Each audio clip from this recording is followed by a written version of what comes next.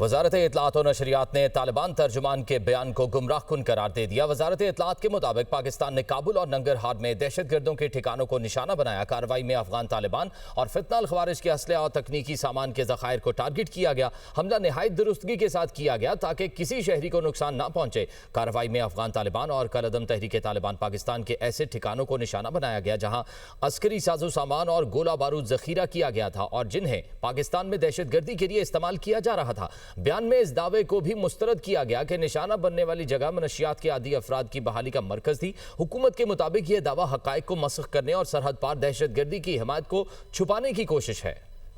हमला नहायत दुरुस्तगी के साथ किया गया ताकि किसी शहरी को नुकसान न पहुंचे। कार्रवाई में अफगान तालिबान और कलअदम तहरीक तालिबान पाकिस्तान के ऐसे ठिकानों को निशाना बनाया गया जहां अस्करी साजो सामान और गोला बारूद जखीरा किया गया था और जिन्हें पाकिस्तान में दहशतगर्दी के लिए इस्तेमाल किया जा रहा था। बयान में इस दावे को भी मुस्तरद किया गया कि निशाना बनने वाली जगह मनशियात के आदी अफराद की बहाली का मरकज थी। हुकूमत के मुताबिक यह दावा हकायक को मसख करने और सरहद पार दहशतगर्दी की हिमायत को छुपाने की कोशिश है।